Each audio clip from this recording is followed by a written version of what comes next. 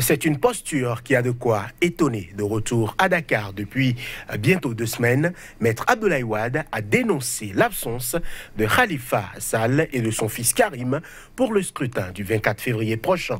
En effet, le Conseil constitutionnel sénégalais a écarté définitivement les candidatures des deux opposants, arguant de leur condamnation, l'un dans un procès pour enrichissement illicite et l'autre dans l'affaire dite de la caisse d'avance de la mairie de Dakar. Pour l'ancien président, les Sénégalais doivent brûler leurs cartes d'électeurs ainsi que les urnes le jour du vote. Pourtant, face à Macky Sall, président sortant qui brigue un second mandat, il y a 4 candidats de l'opposition: Idrissa Seck, ancien Premier ministre de Abdoulaye Wade et homme politique rompu à la tâche, Madické Niang, précédemment président du groupe parlementaire PDS, le parti de Wade à l'Assemblée nationale, Ousmane Sonko, député d'opposition qui monte en flèche dans le microcosme politique sénégalais, et enfin Issa Sall, candidat proche de la mouvance religieuse. La campagne électorale, d'ailleurs très tendue, a donné lieu à des scènes de violence entre partisans de candidats ayant découlé sur plusieurs morts. Dans un tel contexte, l'appel de l'ancien président est-il raisonnable? Le boycott est-il une arme payante? Est-elle du moins une arme payante dans le contexte politique actuel? Les électeurs ont-ils besoin des deux grandes figures de l'opposition avant de sanctionner la gouvernance du président Sall? Le président Macky Sall ne mérite-t-il pas, au vu des nombreuses réalisations au terme de son premier mandat, un second pour continuer les grandes œuvres qu'il a entamées? L'opposition qui bat campagne pour empêcher le vœu du président Sall d'être réélu au premier tour a-t-elle des arguments probants? Sénégal appelle du président Wade à brûler les cartes d'électeurs et les urnes, une stratégie payante pour l'opposition face à Macky Sall. C'est le thème de l'émission du jour. À chacun et à tous, bonjour et bienvenue. Merci de renouveler votre confiance à Angle de Vue, l'émission qui permet de décrypter l'actualité sur le continent africain. Un place donc au décryptage de l'actualité au Sénégal. Ce sera juste après l'intermède.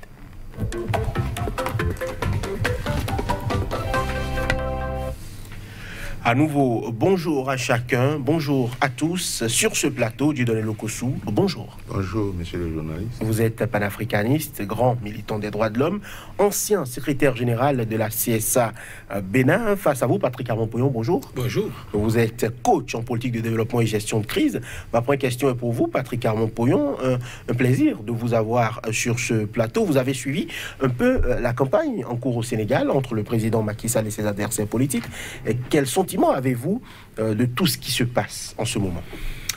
Je constate que le Sénégal est une grande démocratie, puisque malgré tout ce qu'on peut dire et penser, la campagne se passe assez mouvementée dans tous les camps. J'ai eu à constater même hier que le président sortant même était dans un meeting dans le fief du Parti socialiste et le stade n'était pas totalement plein. Ça veut dire que malgré tout, le peuple est en train d'exprimer aussi, dans un camp comme dans l'autre, ses impressions, ses avis, ses commentaires sur ça. Donc bref, je salue la façon dont les élections, la campagne est en train de se passer. Je voudrais que ça continue comme ça jusqu'à la fin et que nous ayons moins de violence. Nous aurons l'occasion de parler des à côté de la campagne qui constitue d'ailleurs le thème de cette émission. Voilà, vous parlez notamment de violence. On a eu des scènes de chaos, notamment à Tambacounda, avec plusieurs morts. Le président était jusqu'à cet instant le seul à disposer d'un service de sécurité complet. La chose a été dénoncée. Est-ce que c'est quand même symptomatique du parti pris de certaines autorités dans cette campagne-là, selon vous? Bon, moi je crois que c'est concurrent. Les autres protagonistes, est-ce qu'ils ont... Comment ça se passait? Est-ce que c'est de cette façon que ça se passe? Ben, je crois que lorsque ça a été dénoncé, c'est corrigé. J'ai suivi, on dit désormais, et les autres aussi vont bénéficier de la sécurité, ce qui est normal. Donc, moi, ça, c'est pas parce que les autres n'ont pas eu de sécurité qu'il y a eu des morts. Donc, celui qui a incité les gens à la violence, nous sommes en démocratie, on doit pouvoir le détecter et le mettre hors d'état de nuire. Vous en parlez, je reste avec vous, Dionel Lokossou. Le retour donc de Maître Abdoulaye Wade était fortement attendu. Près de 2 ans plus tard, l'ancien chef d'État préfère appeler à brûler les cartes d'électeurs ainsi que les urnes le jour du vote. Votre avis sur cette stratégie-là? Ça dit que les gens ne sont pas démocrates. Et la vieillesse, comme l'a dit l'autre, ne doit pas être un naufrage. Mais voilà un vieux, j'ai vu son cheminement politique. Il a fait la prison, il a lutté, mais il n'a fait qu'un seul mandat. Mais s'il avait un charisme, s'il avait des qualités, mais je crois qu'on ne va pas le lâcher après un mandat. Moi, je l'ai croisé dans une réunion de l'UEMOA à Ouaga. C'est un vieux bavard. Il bavarde beaucoup pour ne rien dire. Donc, mais lorsque on appelle les gens à la violence, lorsqu'on demande aux gens de brûler leurs cartes d'électeurs, où est-ce qu'on veut en arriver? D'abord, le parti dont il est fondateur, il est le père fondateur, est-ce que c'est un parti dynastique? Mais est-ce que dans son staff-là, l'autre, on lui reproche des faits? Ce n'est pas des faits inventés, puisqu'il a été régulièrement condamné. Et il n'a qu'à même remercier Dieu, parce que dans certaines prisons, quand vous y entrez, vous n'avez pas la chance de sortir. Bon, on l'a libéré, et il s'est exilé, et c'est de l'exil qu'il envoie il poste des je ne sais quoi, et son papa prend le relais, comme si le parti était une partie familiale. Ça, il faut qu'on sorte de ce carcan. Quand le père... Je crois que son fils est suffisamment adulte, responsable. Ce n'est pas lui qui a créé le parti. Peut-être que quand on a créé le parti, il n'avait même pas l'âge pour faire chose là. Donc, dans ce Sénégal-là, où lui, il a créé un parti, c'est uniquement sa famille qui a voté pour lui. Est-ce qu'il est sûr que les gens vont voter pour son fils, même si il était éligible? Donc, moi, je crois qu'il lui a manqué de sagesse, parce que un vieux en Afrique mérite respect. Mais avec ce qu'il a dit là, il est en chose là, en contradiction. Il a heurté les tests de la République et on ne peut pas accepter ça. Voilà. Patrick Amompouyon, certains ont appelé au boycott. Tout ça, nous décidons de nous attaquer au bureau de vote pour qu'il n'y ait pas d'élection, parce que nous estimons que si nous brûlons 50 à 70% des bureaux de vote, on sera obligé de recommencer les élections dans d'autres conditions. Déjà, il faut dire que tout le monde dit Karim Wade, candidat de poids. Mais on a mesuré le poids comment? Son père était au pouvoir, il a été battu à la mairie de Dakar. Il a été battu pendant que son père était au pouvoir, avait mis les moyens de l'État et tout. Il a été battu. Et c'est la seule élection où il a été candidat. La seule élection où il a été candidat, il a été battu. Et on dit candidat de poids. Je ne sais pas comment on a mesuré le poids. Deuxième chose, on prend celui qui l'a battu à la mairie de Dakar, Khalifa Sall. Lui, il a gagné la mairie de Dakar. Mais est-ce qu'il a une étendue nationale? On n'en sait rien. Donc, quand on dit candidat de poids, il faut relativiser. Puis on peut dire qu'Idrissa Seck aussi est candidat de poids.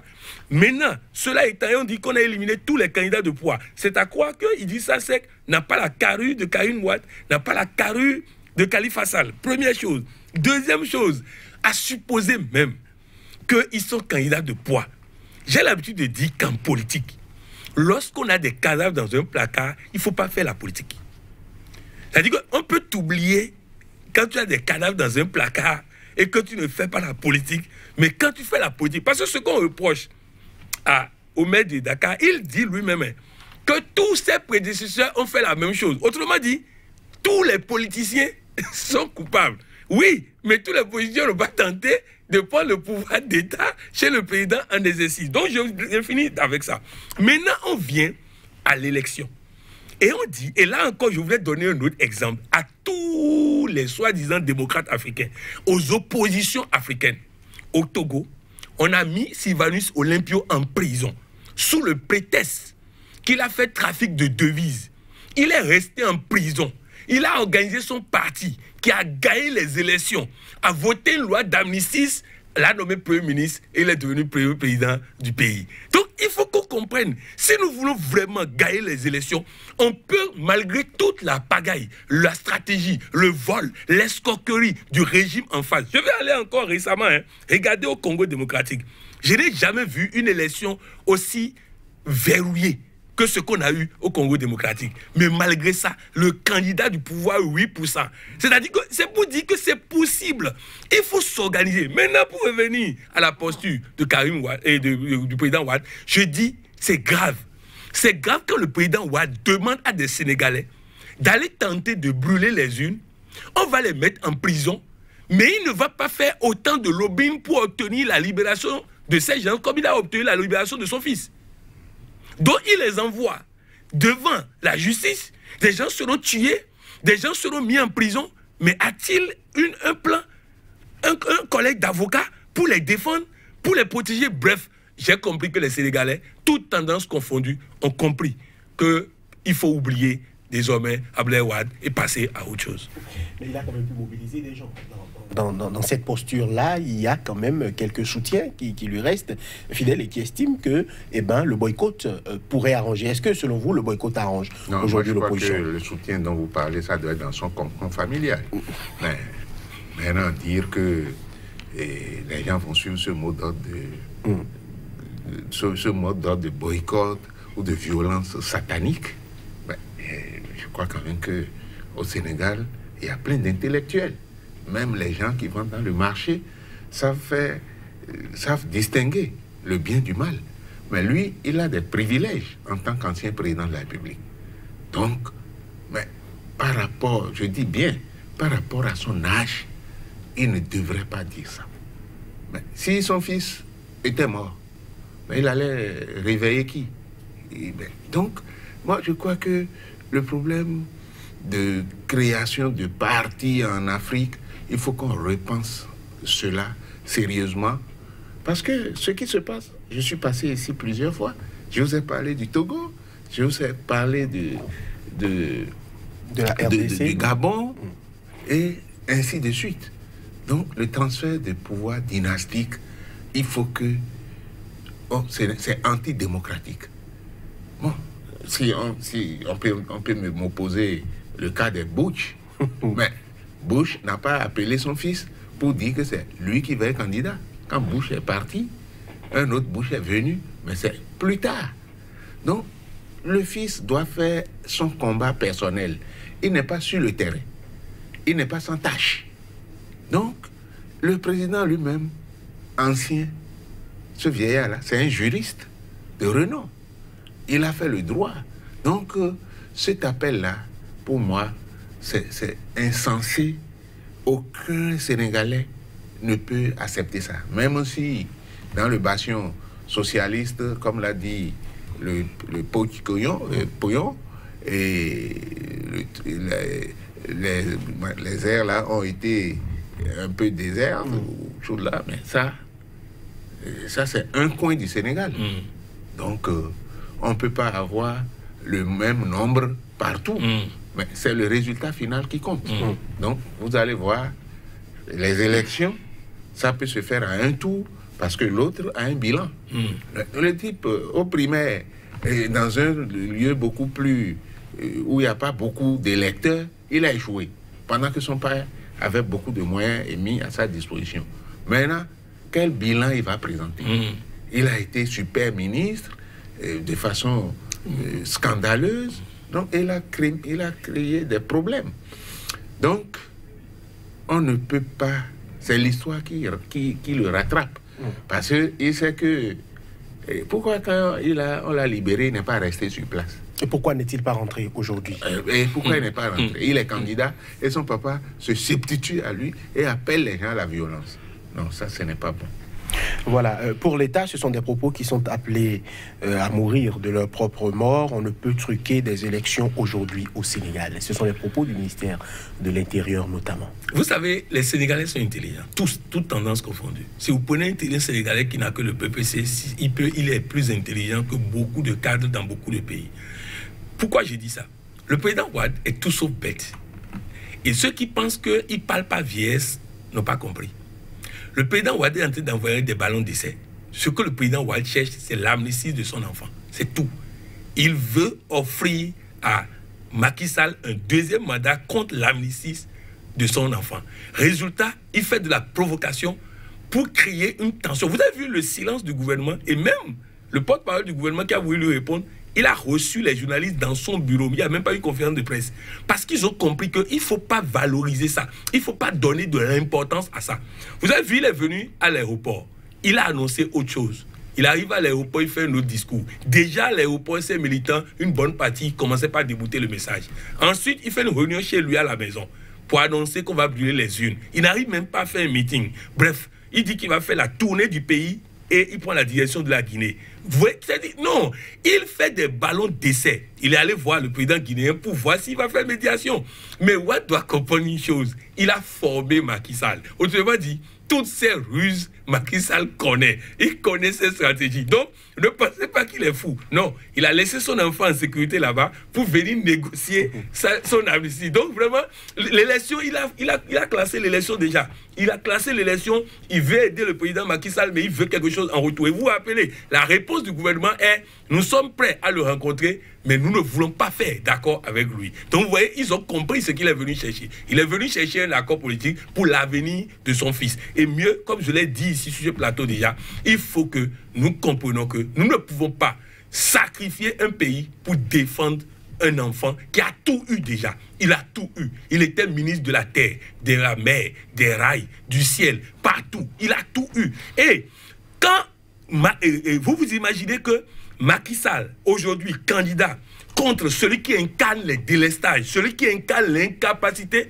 à fournir l'électricité aux Sénégalais face à celui qui a fourni l'électricité, tout au moins à Dakar, vous croyez, il n'y a même pas match, il n'y a même pas élection. Bon, bref, c'est pour dire que véritablement, il faut passer à autre chose. Nous sommes dans une élection, nous avons une élection qui va se présenter, il y aura un premier tour, si les autres arrivent à émerger, parce que même là où Wade fait même des difficultés pour l'opposition, c'est qu'aucun candidat d'opposition n'a les moyens de faire face au président sortant. Au lieu de leur donner les moyens et de les accompagner, non, il préfère saboter la campagne de l'opposition, il préfère perdre du temps à l'opposition pour permettre la réélection de Macky Sall, mais il veut en retour quelque chose. Voilà ce qu'il faut comprendre de cette situation. C'est donc une stratégie qui n'est pas du tout favorable pour l'opposition politique au Sénégal aujourd'hui. Non, ben ça c'est évident.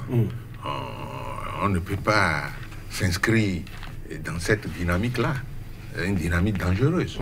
Et puis, mais pourquoi il ne veut pas soutenir celui qui a fait dissidence dans son parti? Est-ce que celui-là, il est moins valable que son fils? Quand il créait le parti, il a dit, ben, est-ce qu'il savait même un jour qu'il serait président? Mais si l'autre, celui qu'il est venu remplacer, Abdou Diouf, merci. Mais si Abdou Diouf, lorsque lui, il était candidat, Abdou Diouf avait demandé, appeler le peuple à la violence, à faire preuve de violence, à brûler ceci, à brûler cela. Est-ce que, malgré son vieil âge, il est venu tard à la présidence et il n'a fait qu'un seul mandat?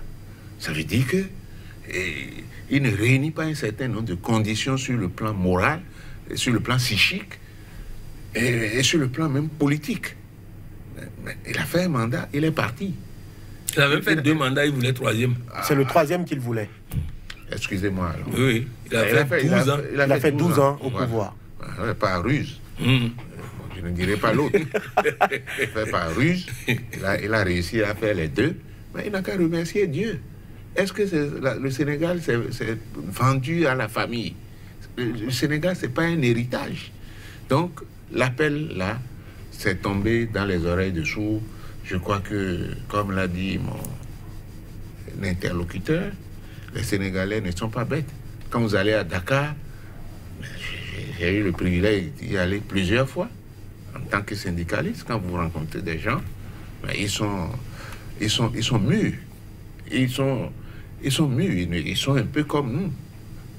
Et vous savez que au Bénin, on n'accepte pas, on n'avale pas tout. Ce n'est pas tout le monde qui dit la même chose.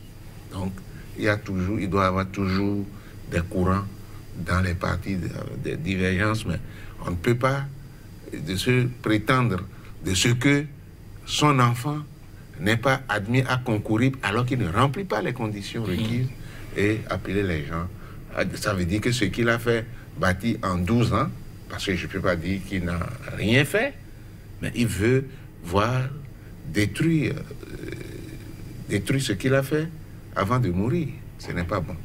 Alors, aujourd'hui, on a vu l'opposition qui a quand même une stratégie. On a vu plusieurs candidats qui arrivent à mobiliser sur le terrain, qui ont une offre politique et qu'ils soumettent au peuple sénégalais. Est-ce que, selon vous, l'opposition a des chances de contrecarrer le président Macky Sall? Parce que, clairement, le schéma aujourd'hui, c'est comment faire pour pousser le président Sall à un second tour.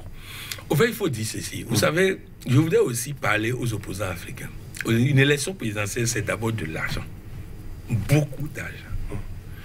Et on ne peut pas avoir cet argent si on n'a pas un chef d'État parrain.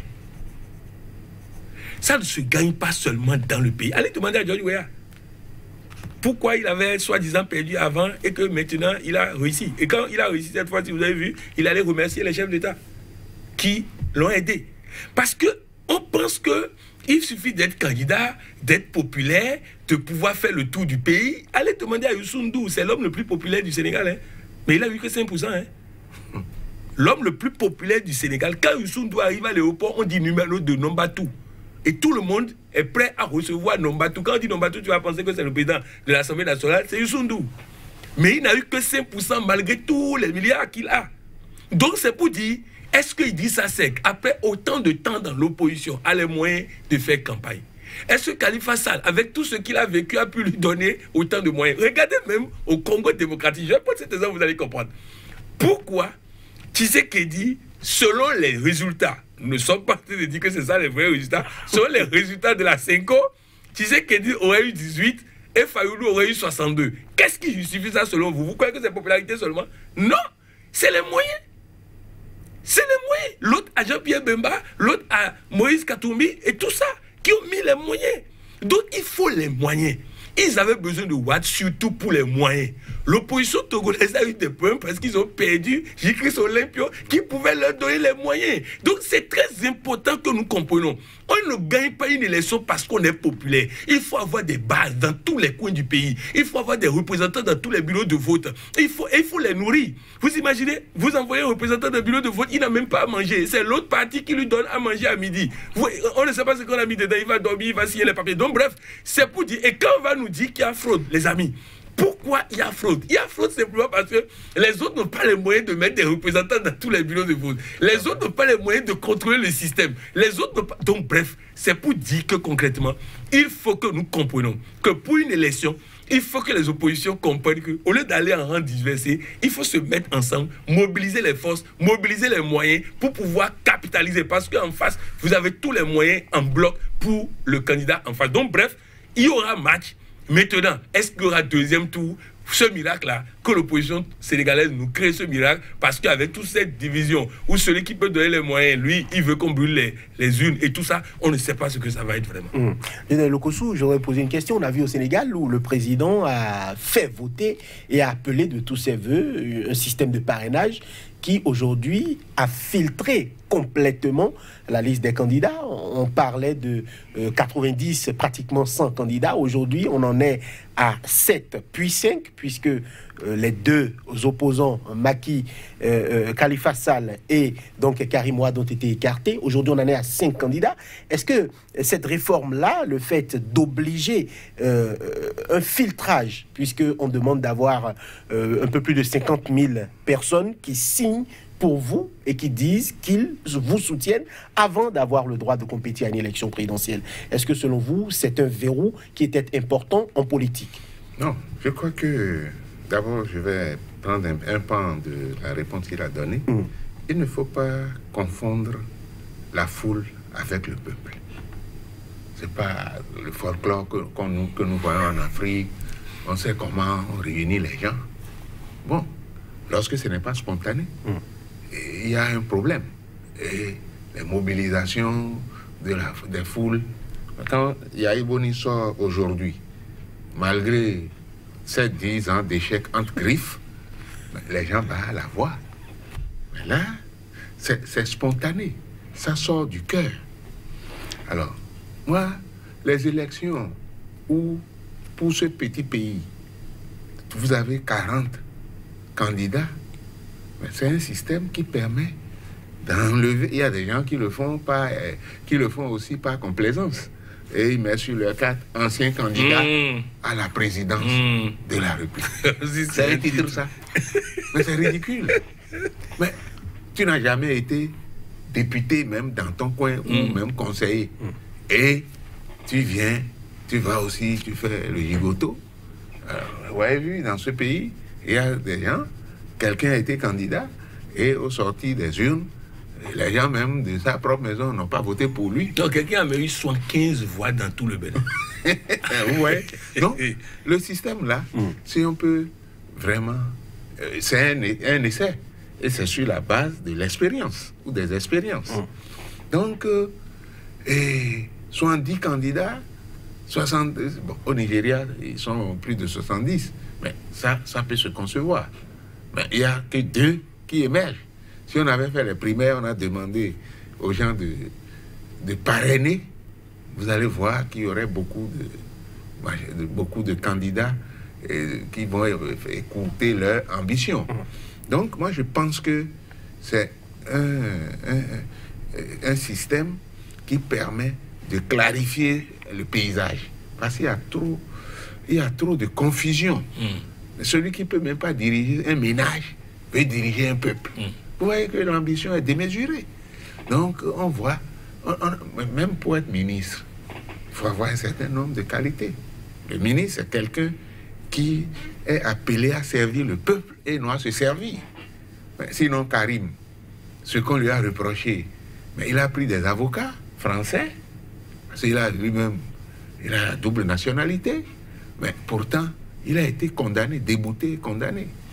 Donc, moi, je pense que nous avons fait l'expérience de la conférence nationale, et ça a été copié partout, parfois mal copié. Nous avons fait une dizaine de jours, des gens ont fait 6 mois, des gens ont fait 3 mois, des gens ont fait 1 an, et ça n'a pas bien fonctionné. Donc moi je pense que ça a permis, en dehors des 2 autres qui sont exclus pour des délits, pour des faits de délit constitués, et ça a permis de clarifier un peu déjà le paysage avant le combat. Donc, que les autres qui vont voir le peuple les mains vides, ils se basent sur le bilan, ils vont critiquer le bilan de l'autre, mais l'autre, il a fait quelque chose. Et s'il a pu quitter Abdoulaye Wade, mais ce n'est pas pour rien. Il n'est pas resté. Il a aussi le soutien du Parti socialiste. Donc, ils sont dans une coalition aussi. Donc, moi, je pense que nous sommes en perpétuel apprentissage en matière de démocratie. Vous voyez que, je l'ai dit la dernière fois ici, il a pris l'exemple du Congo démocratique, qui, c'est là, depuis l'indépendance, après l'assassinat de Patrice Lumumba, où ils l'ont foutu dans de l'acide sulfurique pour dissoudre son corps, mais c'est une malédiction qui les poursuit. Et l'autre a fait 20 ans, il a amené des innovations, la danse, parce qu'on sait que l'émotion est nègre et la raison est hélène. Donc nous, c'est la danse. Et vous avez vu comment un pays qui est, comme on le dit, comme la Guinée, un scandale géologique, mais est mise sous la coupe de la Banque mondiale, de FMI, et comme je l'ai dit sur un plateau de vos confrères, mais est-ce que vous pouvez aujourd'hui me doiter un seul pays où le FMI ou la Banque mondiale sont passés et on a dit que ce pays-là est un modèle, c'est bon. Vous allez en Côte d'Ivoire, mais il y a l'envers du décor. On vous montre là où c'est machin. Mais quand vous allez au Mali, il y a quelque chose qu'ils appellent les matitis. C'est le bas peuple. Donc, moi, je pense que l'expérience sénégalaise, c'est un peu comme la conférence.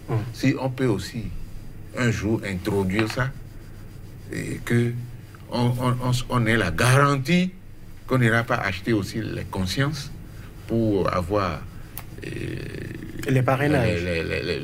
Pour gagner le parrainage, ce serait une bonne chose. Voilà. Alors, chance de l'opposition face au président Macky Sall, possibilité d'un second tour, selon vous? Non, moi je crois qu'il est en avance sur eux. Il est en avance sur eux. Et il y a, malgré les 12 ans de l'autre, il n'a pas pu répondre aux attentes du peuple. C'est parce que les gens l'ont considéré un peu comme un martyr. Parce que tous les régimes, il les a affrontés, il a fait la prison, donc il a fini son tour. Lorsqu'on finit de manger, on ramasse les plats, on lave les mains et on s'en va. Selon vous, donc, Wade Abdoulaye et peut-être Wade fils non plus voient au chapitre au Sénégal tout à fait en politique. Alors, vu que l'opposition visiblement arrive à mobiliser, on a Khalifa Sall qui aujourd'hui est avec Idrissa Seck dans une coalition. Est-ce que, selon vous, cela ne pourrait pas porter cette opposition-là qui, malgré le mot d'ordre d'Abdoulaye Wade, cette opposition-là qui arrive quand même à s'organiser, est-ce que cette opposition-là ne pourrait pas faire quelque chose? Déjà, je voulais dire un mot sur les parrainages. Au fait, il faut dire que l'opposition africaine aime trop pleurer. Vous voyez, l'opposition sénégalaise pleurait à Dakar dans des marches lorsque Macky Sall seul faisait le tour du pays à préparer les élections. Eux, ils étaient à Dakar en train de marcher que Wade ne sera pas candidat pour un 3e mandat. Résultat, Wade a été candidat, mais comme eux, ils ont perdu leur temps à marcher, Khalifa Sall, qui faisait le tout pour préparer les élections, a gagné les élections. Ce que je veux vous dire par là, c'est que, vous voyez, qui pouvait imaginer qu'avec machine à voter au Congo, le candidat du pouvoir va avoir 8%. C'est ça qui est sorti de la machine. Alors qu'on a dit non, la machine est truquée, la machine va voler. Il faut se dire, à partir du moment où l'autre est en position de force pour voter les lois qui l'arrangent, allons-y avec les lois qui l'arrangent, prenons des stratégies pour que malgré ces lois, on puisse le battre. Je crois, le Bénin a fait aussi un bon travail. On n'a que 10 partis politiques qui sont en train d'être enregistrés maintenant. Maintenant, l'opposition aurait pu passer du temps aussi à pleurer. A dit non. C'est un autre débat. Mais ils sont allés dedans. Ils sont allés dedans. Ils sont allés prendre les 10. Maintenant, le gouvernement sorti quitus sur cadre. Ils sont dedans, en train d'obtenir les quitus. Vous voyez, c'est pour dire qu'il faut faire selon les règles du jeu et trouver des stratégies. Je vais vous donner un cas qu'il ne faut pas oublier, le cas de Sylvanus Olympio, mis en prison, qui depuis la prison a gagné les élections. Parce qu'il s'est organisé. Donc bref, l'opposition n'a qu'à cesser de pleurer. Maintenant, quand vous avez fait selon les règles, vous avez tout fait. Vous avez gagné, comme au Congo. Et maintenant, parce que vous comprenez qu'au Congo, si le pouvoir avait voulu mettre son gars, attention, il aurait eu chaud.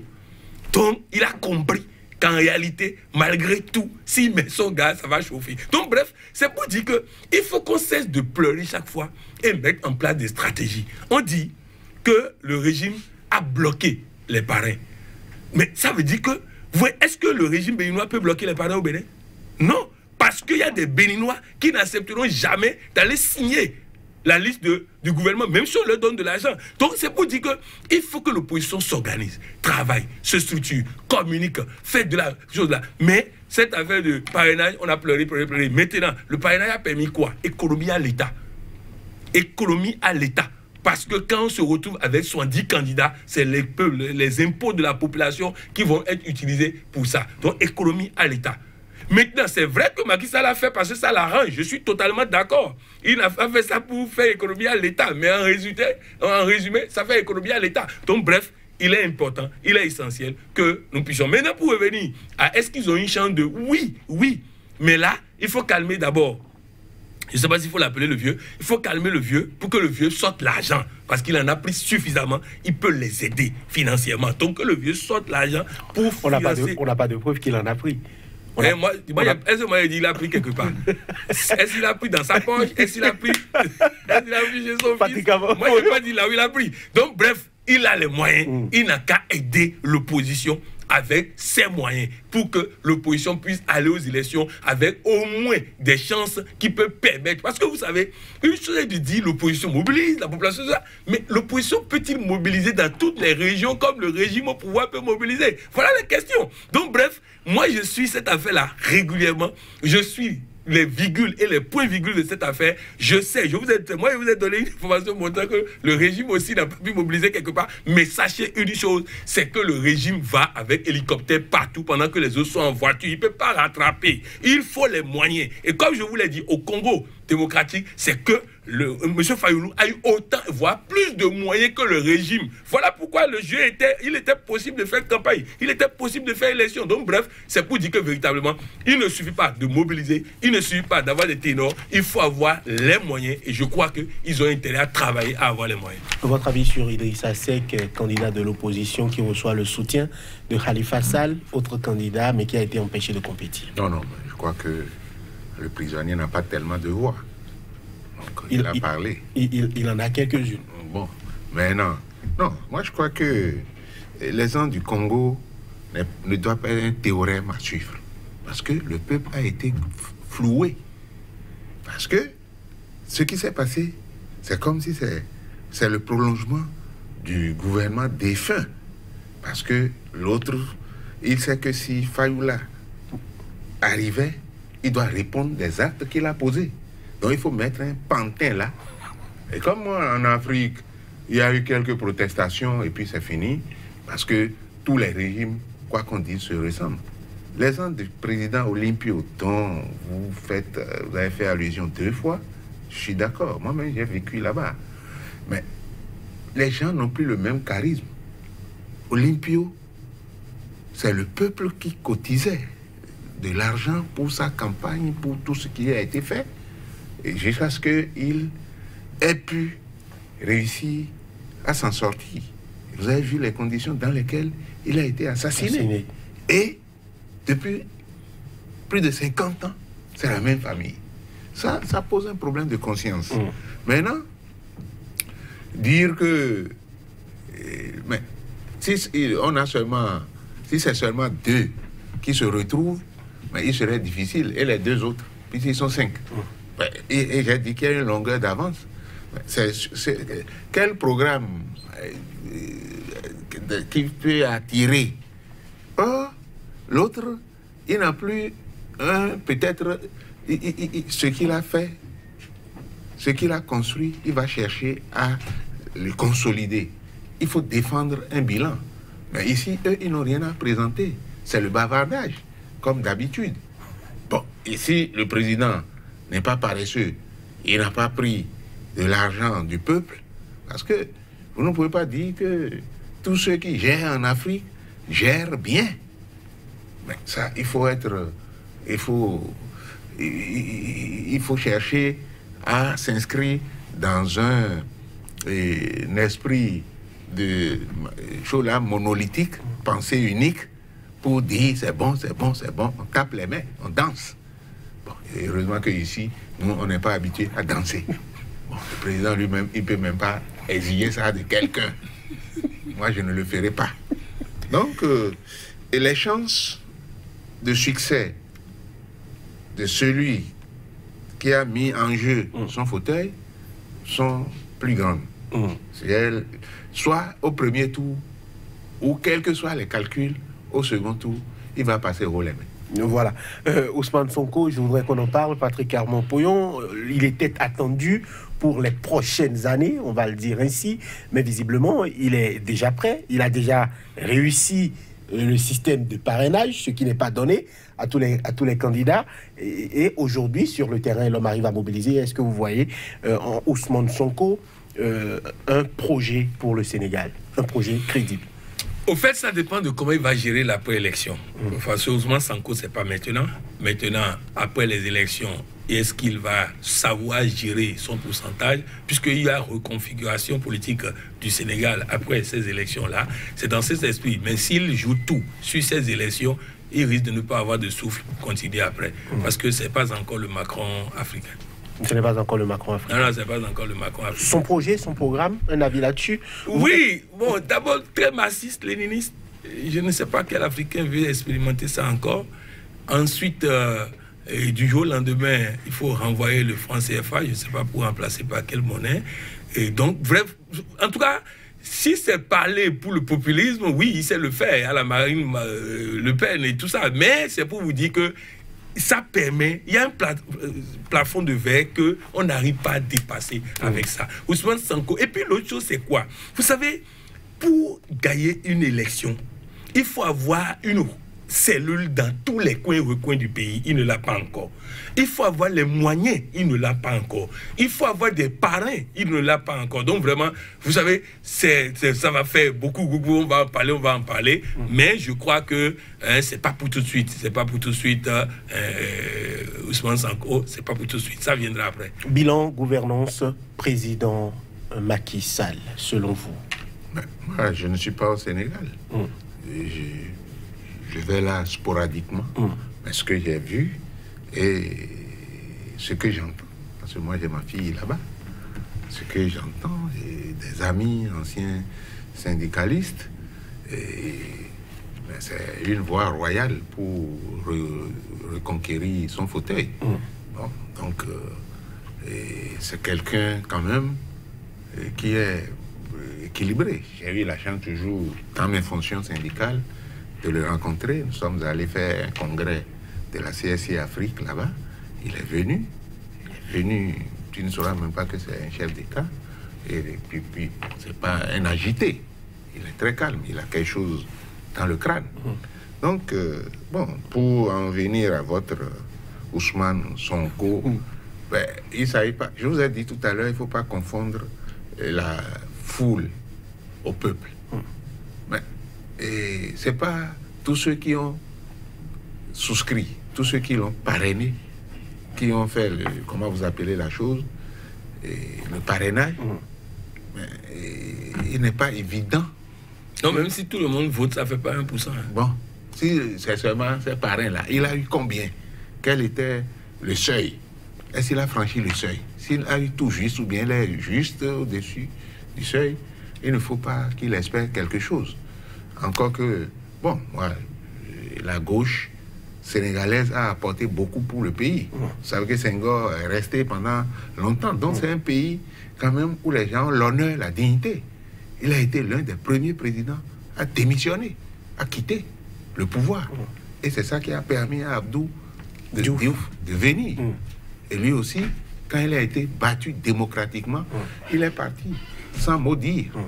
Et bon, l'autre est venu, et maintenant il veut que son fils vienne le remplacer pour qu'on continue le pillage.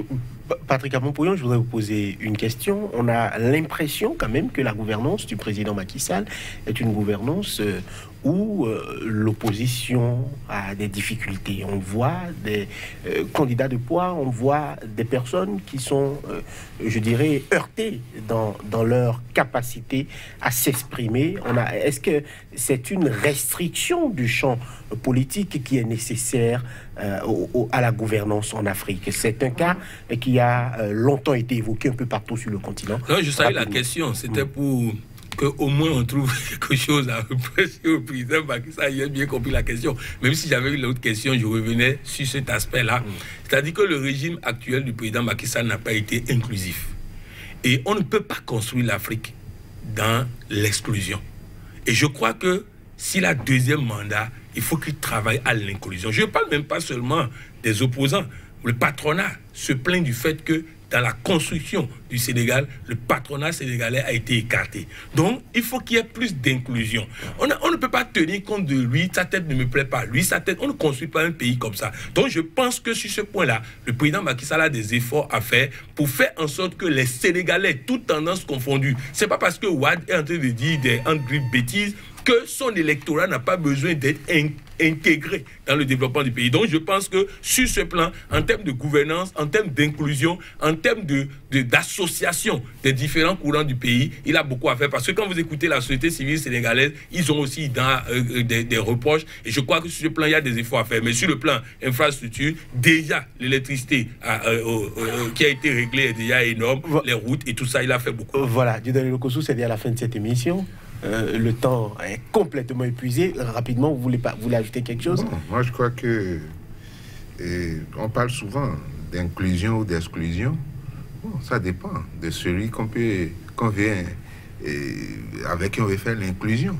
Parce que n'oubliez pas que au niveau des hommes d'affaires aussi, les gens prennent des positions pour contrecarrer celui qui a le pouvoir. Donc on ne va pas mettre... Il ne peut pas avoir un fourre-tout. On ne peut pas Il doit avoir dans un pays une opposition qui s'oppose et un gouvernement qui gouverne. Voilà, votre avis, il est clair. L'essentiel, c'est de respecter les grands principes qui guident la démocratie. Il ne s'agit pas seulement que cela soit une incantation, comme c'est le cas en Afrique, où les gens parlent de démocratie. Voilà, vous êtes Dieudonné Lokossou, même pas la minorité. panafricaniste, ancien secrétaire général de la CSA. Face à vous, Patrick Amon-Poyon, coach en politique de développement et gestion de crise. Messieurs, merci de nous avoir suivis. C'était le Sénégal en débat. À très bientôt pour un autre numéro de votre émission. D'ici là, portez-vous bien.